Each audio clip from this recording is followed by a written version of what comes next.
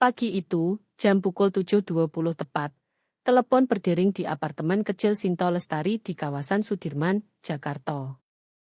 Belum sempat minum kopi, Nomo Aryo Pratomo sudah berkedip di layar ponsel seperti peringatan badai.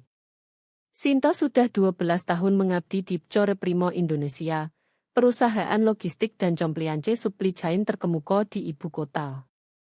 Ia tahu betul bagaimana momen ini akan berakhir. Suara Aryo langsung kasar tanpa salam, dengan sikap seperti itu, jangan datang ke kantor hari ini, bentaknya. Tak odo basa-basi, tak odo sopan santun khas orang Indonesia. Sinto hanya diam, napasnya tetap tenang. Sudah 10 tahun ia tak tergoyahkan oleh anak bos seperti Aryo. Di ujung sono, Aryo masih menggumam podo seseorang, miknya tak sengaja menyolo, harus ditekan wanita tua keras kepala itu. Tangan Sinto menggenggam ponsel lebih erat, tapi ia tak gentar. Ia berdehem pelan, baiklah, semoga beruntung, jawabnya datar. Jam 9 pagi, surat pengunduran diri sudah ia susun. Tak odo drama, tak odo emosi berlebih, hanya kalimat profesional yang dingin.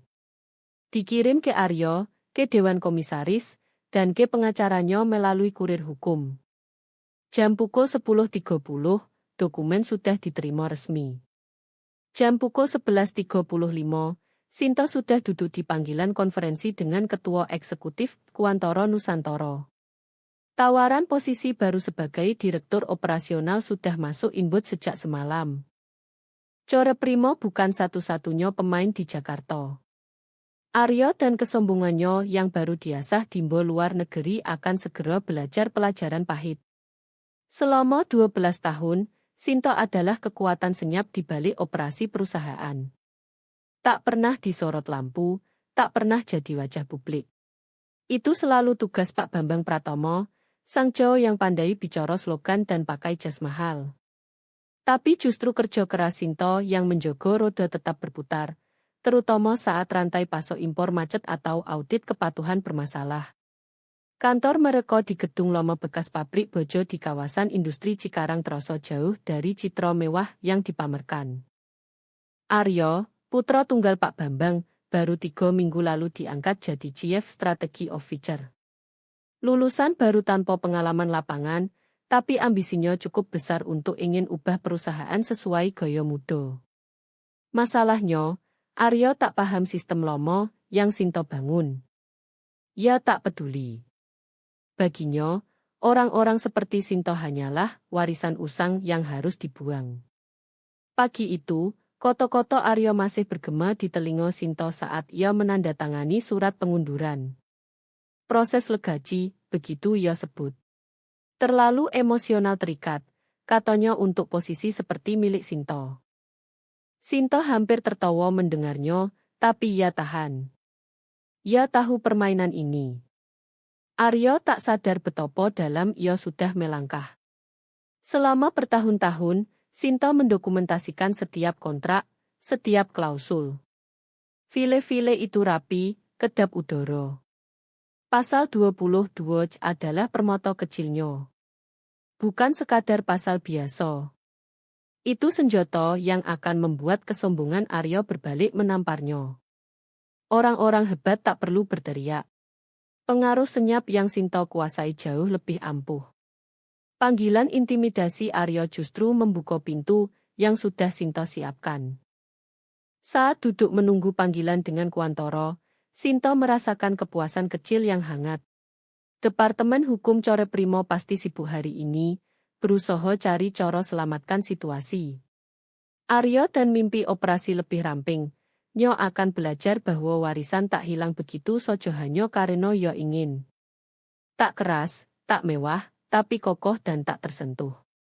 Sore harinya, saat Sinto melangkah masuk ke kantor baru di kawasan Kuningan, kursi Direktur Operasional di Kuantoro terasa seperti singgasana. Mereka belum tahu cerita lengkap, tapi kontrak akan berbicara sendiri. Dan saat waktunya tiba, kesalahan Aryo akan tercetak hitam di atas putih untuk semua orang lihat. Aryo mengira ia sudah punya segalanya. Itu perasaan yang selalu muncul tiap gelombang eksekutif muda datang. Anggapan bahwa orang-orang tua seperti Sinto hanya bergantung podo coro lomo yang ketinggalan zaman. Ia tak masuk grup Slack pribadi Aryo, tapi bisik-bisik kantor cepat menyebar. Aryo menyebut posisi Sinto penuh botlenet warisan, merujuk sistem yang ia bangun bertahun-tahun untuk menjaga perusahaan tak ambruk saat krisis. Selama semuanya lancar, tak masalah. Tapi begitu odo yang rusak, justru sistem lomo itu yang disandarkan semua orang. Pemotongan mulai dilakukan sesuai strategi Leaner Ops Aryo. Ia mulai lingkari nomo-nomo. Nomo Sinto nomor 1. Sinto tak kaget, tapi ia tahu hal yang Aryo tak tahu. Perusahaan seperti Core Primo tak mampu kehilangan lem yang menyatukan semuanya, apalagi jika lem itu tahu di mana tulang-tulang tersembunyi. Memo restrukturisasi bocor beberapa jam sebelum rapat resmi. Sinto sudah bocor. Tak ada usaha sembunyikan. 3 nomor terdaftar, dan Sinto nomor 1. Ia malah tersenyum tipis. Aryo meremehkannya. Ia kirim pesan singkat ke Aryo, apakah ada yang perlu kita bahas? Balasan cepat datang, dengan latar belakang ibu, pasti bisa dapat tempat nyaman. Kami sedang ke arah operasi lebih ramping. Sinto hanya balas 1 kalimat, pastikan Dewan Hukum memeriksa pasal 22 tak lebih. Aryo balas dengan emoji jempol, seolah ia masih mengendalikan. Tapi ia tak tahu apa yang baru saja ia injak. Pasal 22 bukan klausul sembarangan. Sinto susun 7 tahun lalu saat ia diberi kunci operasional dan diminta pastikan perusahaan tahan badai apapun. Pasal itu trigger, jika direktur operasional diberhentikan tanpa proses review 30 hari, maka berlaku pembayaran pesangon besar, rollover saham, dan hilangnya hak operasional perusahaan sesuai lampiran. Aryo boleh pecat sesukanya, tapi konsekuensi sudah tertulis di dokumen. Tak ada yang, bahkan lulusan baru, bisa abaikan. Aryo tak sadar ia baru saja masuk permainan yang sudah Sinto atur. Kesombongannya bukan hanya karena muda, tapi karena ketidakpahaman total pada fondasi perusahaan. Ia pikir Sinto hanya relik lomo yang bergantung jabatan. Padahal Sinto yang selama ini pegang semuanya. Sekarang giliran Aryo belajar bahwa orang-orang senyap, yang tak perlu berteriak, seringkali paling berkuasa. Sinto duduk santai di kursinya, memandang jam. Ini bukan lagi soal pekerjaan. Ini soal prinsip. Dan saat Aryo sadar apa yang ia lakukan, sudah terlambat. Telepon berdering tepat jam pukul 7.20 pagi itu lagi. Nomo Aryo menyolo. Sinto angkat. Suara Aryo langsung kasar, jangan datang. Ia gumam pelan, harus ditekan wanita tua itu. Sinto tersenyum dalam hati. Ia jauh dari takut. Malah ia merasa lucu. Baiklah, semoga beruntung, katanya lagi. Jam 9 pagi, surat pengunduran sudah selesai. Jam pukul 10.30 dikirim lewat kurir hukum, pengacara eksternal dan dewan. Jam pukul 11.35, panggilan dengan Ketua Kuantoro. Ibu Sinto, posisi Direktur Operasional milik Ibu, efektif sekarang. Sinto jawab tenang, terima kasih. Saya akan review detailnya. Ia letakkan telepon, bersandar, biarkan kepuasan kecil merayap. Aryo pikir ia memecat Sinto. Padahal ia baru saja memberikan kunci kemenangan berikutnya pada Sinto. Tak perlu drama. Hanya kesabaran, strategi, dan leverage yang Sinto bangun diam-diam bertahun-tahun. Sinto tak butuh persetujuan Aryo. Ia punya kontrak, punya posisi baru. Permainan sudah berubah, dan Sinto selangkah di depan. Tak ada email perpisahan, tak ada pesan Slack. Keheningan itu sendiri adalah pernyataan Sinto. Aryo kira Sinto akan pergi diam-diam tanpa riak. Tapi di balik keheningan itu, Sinto tahu sesuatu yang Aryo tak tahu. Jam 9 pagi, pengunduran sudah dikirim, dan Sinto sudah duduk tenang review detail posisi barunya di Kuantoro. Tak ada panggilan panik dari Aryo. Siang hari, baru mulai terasa. Bisik-bisik panik pertama muncul.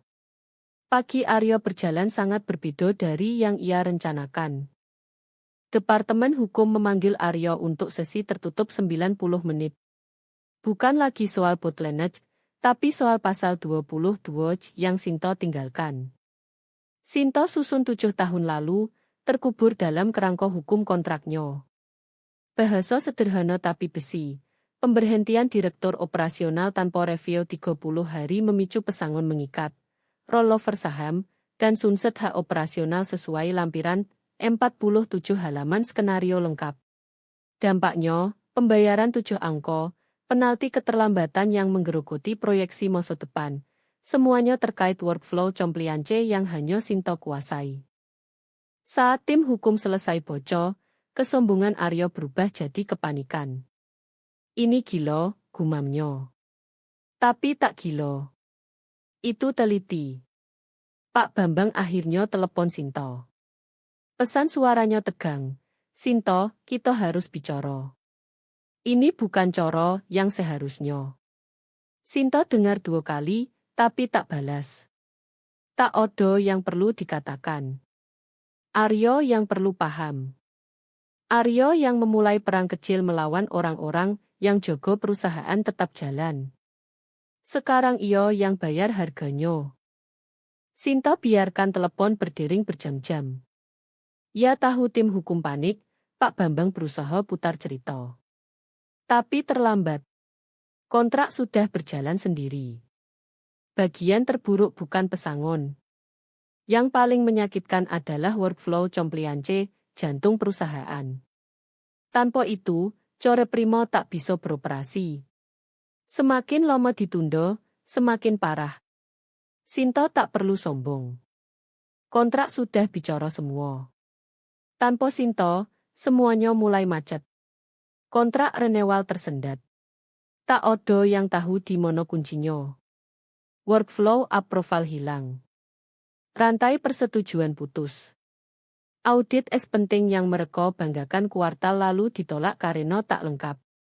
Vendor panik. Beberapa telepon langsung ke Sinto. Yang lain kirim email bertanya soal approval hilang, dokumen tertunda. Klien mulai ragu. Mereka minta update. Orang-orang baru tak punya jawaban. Lalu pesan masuk. Seorang mitra senior yang kerjasama bertahun-tahun kirim ke Aryo. Kalau Bu Sinto tak lagi pimpin operasional, siapa yang sertifikasi audit trial kami? Itu saat Aryo mulai sadar lubangnya sedalam opo. Tak ada jawaban. Di dalam, junior yang pernah kerja dengan Sinto mulai hubungi via signal minta template, akses file. Sistem yang Sinto bangun bukan hanya soal dirinya di kantor. Itu soal pengetahuan kontinu. Sinto tak balas satupun. Ya arsip semua. Bukti bahwa tak ada yang paham betapa mereka bergantung padanya sampai terlambat. Hari kedua, kepanikan benar-benar datang. Tim hukum Core Primo sudah dalami pasal 22, cari celah. Tak ada. Koto demi koto dipilih dengan teliti. Hari keempat, asisten Aryo hubungi Sinto pelan, minta memo perpisahan ramah agar transisi terlihat bersih. Sinto abaikan. Hari ke-6, Head of Risk Core Primo dapat notifikasi LinkedIn. Sinto Lestari bergabung dengan Kuantoro Nusantara sebagai Direktur Operasional. Kuantoro, rival terbesar di bidang otomatisasi compliance. Pergeseran begitu mulus, begitu senyap, Core Primo tak sadar dampaknya sampai terlambat. Sinto kini di seberang meja, di pihak kompetitor. Lalu rilis pers keluar. Tak ada fanfare dari Sinto. Hanya fakta. Wajah Aryo memucat saat bocor. Ia tak hanya kehilangan karyawan kunci. Ia kehilangan ke kompetitor yang tahu setiap gerak mereka lebih baik. Di Kuantoro, Sinto bukan hanya operasional. Ia arsitek. Begitu masuk, permainan langsung bergeser. Mereka luncurkan divisi baru otomatisasi sertifikasi, bidang yang dulu milik Core Primo. Pendekatan baru, tajam, dibangun dari pengetahuan insider bertahun-tahun. Tak lama, klien sekunder Core Primo mulai beralih. Minggu kedua, 3 kontrak sudah aman. Bulan kedua, mitra menengah ikut. Mitra, klien, bahkan karyawan Core Primo mulai sadar. Perusahaan lama kehilangan cengkeraman, Kuantoro mengambil alih. Aryo tak berani hubungi sendiri. Ia kirim email, open to Ocal. Pengacara Sinto balas, arahkan semua ke penasihat hukum. Tak lagi soal harga diri. Ini soal jogo dinamika kekuasaan tetap di pihak Sinto. Mereka coba tawarkan Buyo cepat, harap hentikan migrasi sebelum banjir. Tapi sudah terlambat. Gelombang sudah berbalik. Setiap hari, potongan struktur Core Primo berpindah ke Kuantoro. Setiap kontrak yang Sinto amankan, setiap klien yang menang, kegagalan mereka jadi momentum Sinto. Bukan keras, bukan berantakan. Metodis, terhitung, dan sepenuhnya di luar kendali Aryo. Opo yang Sinto bangun di Core Primo kini dibangun ulang di Kuantoro. Kali ini Sinto tak lagi pendukung. Yo yang pimpin. Tak perlu pamer. Hasil bicara sendiri. Email Aryo hanyalah upaya sopan selamatkan Siso. Tak odo maaf yang bisa batalkan opo yang sudah berjalan. Keheningan Sinto, kendali Sinto, posisi strategisnya, itu kemenangan sejati. Di Core Primo, follow cepat dan brutal. Rapat review darurat digelar. Ruangan tegang saat tim eksekutif duduk lihat presentasi 11 slide. Slide pertama, pasal 22 aktif. Konsekuensi tak bisa dibalik. Slide 6, risiko migrasi klien. Doto tak terbantah, banyak klien mengikuti Sinto ke Kuantoro. Slide 10, proyeksi downtime operasional. Sistem mati, approval tersendat, vendor tolak lanjut, junior karyawan kalang kabut. Efek riak katastrofik. Slide 11, penguasaan pasar awal Kuantoro. Ruangan hening. Tak odo yang bicara, bahkan Aryo. Pak Bambang akhirnya buka suaranya lelah, kamu tak cek ini. Bukan pertanyaan. Tuduhan ke Aryo. Aryo gumam soal dokumen usang. Kepala hukum potong tajam, yo yang susun pasal itu. Yo adalah dokumen. Kebenaran terbuka. Aryo tak sadar Sinto bukan roda biasa. Ya pondasi. Kini retak-retaknya semakin dalam, mereka dipaksa hadapi betapa besar ketergantungan mereka. Paparan selesai. Citra perusahaan yang dibangun bertahun-tahun hancur. Tak ada yang bisa salahkan selain diri sendiri. Konsekuensi tak bisa dibalik sudah terjadi persis seperti Sinto duga. Dinamika kekuasaan bergeser total. Opo yang dulu milik mereka kini milik Sinto. Kuantoro tak keluarkan rilis pers mewah. Hanya baris sederhana, Sinto Lestari, Direktur Operasional. Tak odo parade. Kerja sojo yang bicara. Sinto tak beri pernyataan publik. Di Core Primo, Aryo dipindah tugas. Pak Bambang umumkan review internal protokol tata kelola. Mereka coba jarakan diri dari bencana kepemimpinan. Konsultan dipekerjakan untuk bangun ulang kohesi operasional, usaha kosong perbaiki yang tak bisa diperbaiki. Sinto tak terlibat. Tak kirim pesan, tak telepon, tak komentar. Keheningan adalah jawabannya. Satu persatu, vendor lama hubungi Sinto. Mereka yang dulu terkatung saat Sinto dipecat, kini ingin pindah agar proyek jalan lagi. Sinto jawab dengan profesionalisme tenang yang selalu jadi kekuatannya. Deal masuk pelan. Kontrak ditandatangani ulang. Syarat direnegosiasi. Kemitraan diperkuat. Klien yang dulu andalkan Core Primo kini lihat bedanya kerja dengan perusahaan yang paham stabilitas, konsistensi, komunikasi jelas. Kuantoro jadi mitra pilihan mereka. Bukan karena janji besar, tapi karena Sinto hanya lakukan kerja yang selalu ia lakukan. Di Core Primo, semuanya runtuh. Review internal hanya asap untuk tutupi jatuh bebas. Konsultan tak bisa pulihkan fondasi yang sudah hancur. Nomo Core Primo semakin identik dengan kegagalan. Reputasi di pasar melemah.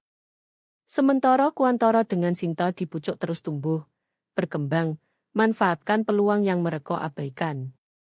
Melalui semua itu, Sinto tetap diam, tak perlu teriak.